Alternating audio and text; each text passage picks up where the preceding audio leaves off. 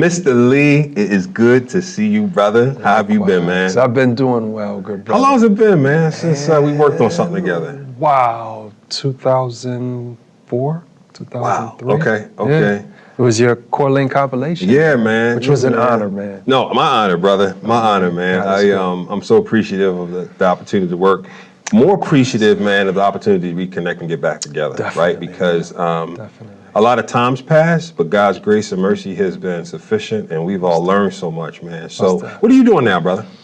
Oh, wow, working, full-time gig, taking care of my family. I have a 10-year-old daughter now, which has changed my world. Just trying to be the best dad and the best husband that I can to Mrs. Lee. How long you been married to Mrs. Lee now? Wow, this is year 20. Yeah, actually looking forward to taking that trip to Bermuda. Yes, nice. The cruise, right? Yes, sir. Nice. Yes, sir. So as it relates to ministry, art, how would you describe what you do? Wow.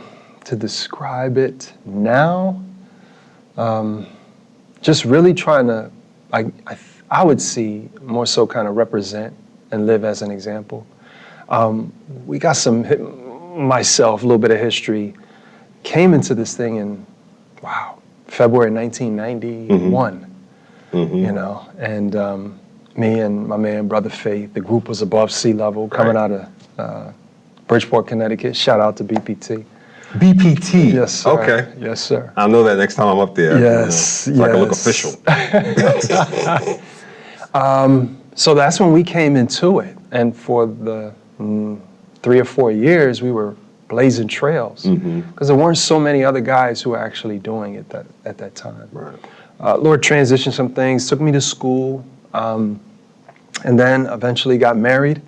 And then more of my focus had really moved into more men's ministry, and then really the interest and desire to see how I could probably put more of discipleship on display as it relates to this ministry. But I didn't really dig in or dive in. And I think we connected probably in about 98, 99. I was just interested in just trying to record a little bit. You helped kind of get that ball rolling and then really got us connected in Philly. Yeah. You know, with a whole camp of brothers. My man, shout out to Beardox. Yes. My man, Neo Fight. Yes. And for Fanatic for introducing us. Oh, man. yes. Oh, man. Cross movement. God is good. Yeah. Fanatic. Fanatic was that one that introduced us. Yeah. But even connecting with you, even I think what resonated with us, I think, was really the interest in trying to see more ministry. Right. Really kind of brought to the forefront. Yeah. So that's always been my thing. So as time has passed, right, the last recorded project I've heard of yours has been, again, more than 10 years ago or so. How are you thinking now, man? What's happening? What's brewing? What's brewing? You know, the interesting thing I think about still staying close to hip hop, knowing what I saw in my early years, you know, basically being raised on it, you know, coming up and listening to a lot of the secular dudes like, you know, Public Enemy and Eric B. and Rakim, and really being raised on that particular sound. I think seeing how hip hop has changed over the years through the 90s and the 2000s, and even where we are today, I think seeing it now, I think my eye is really more in tune with just how much breadth I feel like I have in terms of just knowing more about the music, knowing more about sounds, knowing really more about, you know, just artistry, you know, as far as the music is concerned. But also, too, being connected to it as a minister at that particular time and blazing trails and seeing a whole lot of hell knows get out our church type of stuff, seeing a lot of that stuff, and then seeing other churches embrace it. Right. And then really seeing where it's at now. Right. I've seen a lot. I feel like now, I really feel like, you know, I think artists like yourself, myself, and, you know, the camp that we roll with, I think we got something to share with guys on the discipling it. Yeah. You said a lot there, man, that we could unpack. No, because you talked about how hip hop as a music form has evolved over the last 10, 20 years. And while there are probably some meta themes, each person's interpretation of those themes is going to be different. Definitely. Right? You also talked about the what I would call the openness of the church changing over those years a little bit. Oh, yes. And then your take on ministry, right? Which, in my opinion, and correct me if I'm wrong, is almost how all that culminates along with your worldview. Yes. Of the application of it, right? Most definitely. So let's do it the last one first. How do you think about the application of all those things coming together as you start to even approach a new project before the pen hits the paper, before you hear the first beat, Sure. before you think about the rhythm and cadence of your rhyme? Sure. How are you thinking about the objective? It's interesting. Again, one thing that has always been foundational for me in terms of just seeing where it is that you would like to go with this specific song, it really had to be bathed in prayer. So just praying and just really sitting with God in a room, lights off, Right. just sit with him. Just sit, all right? And then realistically, allowing for what you may have an idea for a theme of the track to actually sound like, jotting down pieces, bits and pieces, piece by piece, and just seeing where that's at. The thing that I see now, though, that's different is more of my interest, seriously, now, is to bring in other people. I was always a soloist. Okay. Even me and my partner, when we did stuff, it was always a break away and do it on your own. Prepare your heart, and then you sit down, and then just let God give you stuff. I see it different now. I see it more so the value of really what your team has. Yes.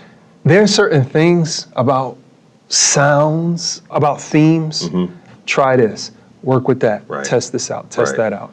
And really bouncing how you want that track to develop off of another artist. Now I'm more welcoming of that. Again, man, just really, there's a humbling. And as you, I think in that whole process, as you're preparing things. Yes. You know, and now I see it. I see that more critical now. Yeah. And that I feel like I said, there's more breadth now with how I see it. So that would probably fall into the lines of maturity. Yeah, man. Growth. Maturity and that ability to zoom out. Yeah. And have a broader appreciation for all the interconnected parts. Yeah. That's good. So when can people expect said project, if you will? Well, you know. Here's the interesting thing. I'm working on something, again, with my old Connecticut crew. Right. And God willing, the goal is really within the next year or so. Yeah. I would hope, though, in the meantime, that as we're reestablishing relationships, man, I'd love to sit with you guys again. For sure. And do something. For sure. Just to actually be able to get it down. Again, that was one of the things for, you know, I know Will Smith jumped off a bridge at 50.